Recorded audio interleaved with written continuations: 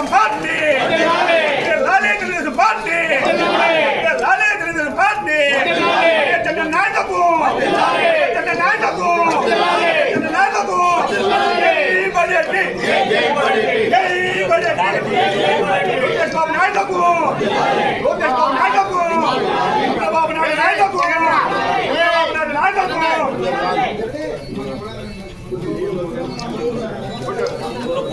కూడా ఉన్నారు.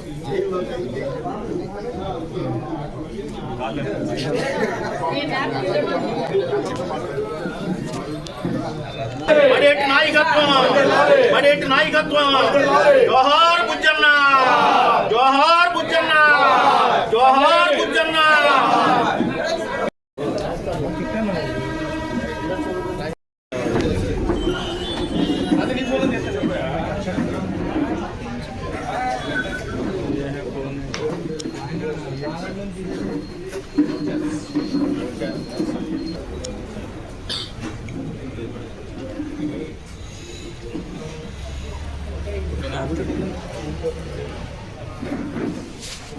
ఈరోజు ఈ మీడియా సమావేశం పెడతానికి గల ముఖ్య కారణం 2023 తారీఖు జనవరి రాష్ట్ర చరిత్రకి ఒక మలుపు తిప్పిన రోజు. ఆ రోజున నారా లోకేష్ గారు సాహసోపేతమైన నిర్ణయం తీసుకుని కుప్పం నుంచి మరి 4000 కిలోమీటర్ల పాదయాత్ర చేస్తానికి నిర్ణయం తీసుకోవడం జరిగింది. ఆ రోజున ఆ నిర్ణయం సాహసోపేత నిర్ణయం వల్ల ఏం జరిగింది అనేది మనందరికీ కూడా తెలుసు. ఎన్ని ఇబ్బందులు పడినప్పటికీ కూడా, ఎన్ని బెదిరింపులు చేసినప్పటికీ కూడా, మైకు తీసేసుకున్న, నిల్చోటానికి స్టూల్ లేకుండా చేసినా సరే ఆ గవర్నమెంట్కి ఎదురొడ్డి పోరాడి కార్యకర్తల్ని, యువతని అందరినీ కూడా రాష్ట్ర భవిష్యత్తు కోసం అందరం కూడా మనం ఈ విధంగా పోరాటం చేస్తేనే మన హక్కులు మనకు ఉంటాయని చెప్పి ఆయన నిర్విఘ్నంగా ఆ పాదయాత్ర కొనసాగిస్తూ వచ్చారు. అనేక మంది అనేక చోట్ల నుంచి ఏ జిల్లాలో జరిగినా కూడా అన్ని జిల్లాల్లో నుంచి వెళ్ళి మహిళలు కానీ యువత కానీ అందరూ కూడా ఆయనకి ఏ విధంగా మన అందరం కూడా సహకరించాం అనేది అందరికీ కూడా తెలుసు.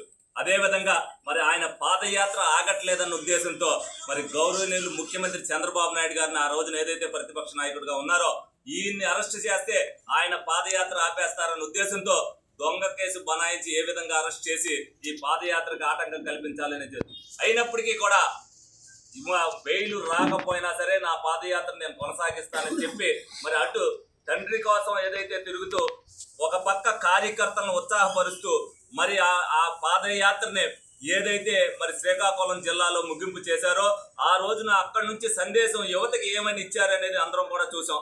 ఈ రోజున మనం ఎంత ఆనందదాయకంగా ఆంధ్రప్రదేశ్ రాష్ట్రం ఉన్నప్పటికీ, ఏ విధమైన అభివృద్ధి చెందుతున్నప్పటికీ అదంతా కూడా ఆ రోజున జరిగిన నిర్ణయాన్ని బట్టే ఉంటది. ఆ రోజున లోకేష్ గారు ఆ నిర్ణయం తీసుకోకుండా ఉంటే యువతకి ఏం జరుగుతుందనేది తెలిసేది కాదు. నిజంగా ఆ పాదయాత్ర ఆపుతున్నాడని ఆపేసి ఉంటే అందరూ కూడా ప్రజల భయభ్రాంతులకు గురై ఓటు ఎట్టేశారో కూడా తెలిసేది కాదు. కానీ పోరాట స్ఫూర్తితో ఆయన ఏదైతే చేశారో అది ప్రజలందరికీ లోకేష్ గారు ధైర్యోత్సాహం. ఈ రోజున మనందరం కూడా ఆంధ్రప్రదేశ్ ప్రభుత్వం, ఆంధ్రప్రదేశ్ ప్రజలందరూ కూడా ఆయనకు కృతజ్ఞతలు తెలుపుకోవాల్సిన అవసరం ఎంతైనా ఉంది. ముందుగా ముఖ్యంగా మా ఏలూరు నియోజకవర్గ తరపు నుంచి కార్యకర్తలు కానీ నాయకులు కానీ ఆయన ఆ రోజున తీసుకున్న నిర్ణయానికి ఈ రోజున ప్రత్యేక ధన్యవాదాలు, కృతజ్ఞతలు తెలుపుకుంటున్నాం. అలాగే పెట్టుబడుల విషయంలో కానీ దావోస్ వెళ్ళి తండ్రితో పాటు తనయుడు ఏ విధంగా అయితే మరి అన్ని కూడా ఏదైతే వ్యాపారాలు అంతకు ముందు చేసినప్పటికీ ఇప్పుడు రాష్ట్ర అభివృద్ధి కోసం ఏ విధంగా పెట్టుబడులు పెట్టాలి, ఏ విధంగా సహకారం అందించాలి అనేది వాళ్ళందరికీ కూడా ఎక్స్ప్లెయిన్ చేసడం జరిగింది. ముందు రాబోయే పెట్టుబడులకి ఒక పునాది ఆయన వేయడం జరిగింది. అలాగే స్టీల్ ప్లాంట్ విషయంలో కానీ ఆయన చొరవ చూపించి మళ్ళీ వాళ్ళకి పెట్టుబడులు తీసుకురావడానికి తండ్రికి ఏ విధంగా చేదోడు వాదోడుగా ఉంటున్నారో చంద్రబాబు నాయుడు గారు అవ్వచ్చు, పవన్ కళ్యాణ్ గారు అవ్వచ్చు, లోకేష్ గారు అవ్వచ్చు, రాష్ట్ర ప్రజల భవిష్యత్తు కోసం ఆ రోజున అందరూ కూడా మరి పవన్ కళ్యాణ్ గారు కూడా పొత్తు పెట్టుకుని రాష్ట్ర భవిష్యత్తు కోసమే ఆ నిర్ణయం కూడా తీసుకున్నారు. ఈ రోజున రాష్ట్రం పరుగులు పెడతానికి అందరూ కూడా ఎవరైనా సరే ప్రజానేత యావత్ ప్రజానేకం కూడా వాళ్ళకి ముందుగా ఉండాలి.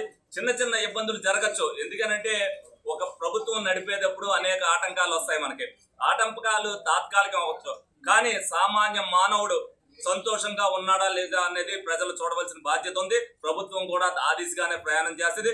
దాంట్లో కొన్ని అవంతరాలు ఎదురైనప్పటికీ కూడా ప్రజలు దాన్ని గమనించుకుని ప్రజలందరూ కూడా ఈ ప్రభుత్వానికి సహకరించాలని సందర్భంగా తెలియజేసుకుంటూ మరొక్కసారి లోకేష్ గారికి ఆ పాదయాత్రను గుర్తు చేసుకుంటూ మా కార్యకర్తలు గాని, యువత గాని, నాయకులందరూ కూడా ఆయనకు కృతజ్ఞతలు, ధన్యవాదాలు తెలుపుకుంటున్నాం. సందర్భంగా మీ అందరికి కూడా తెలియజేయడం జరుగుతుంది. లోకేష్ గారి నాయకత్వం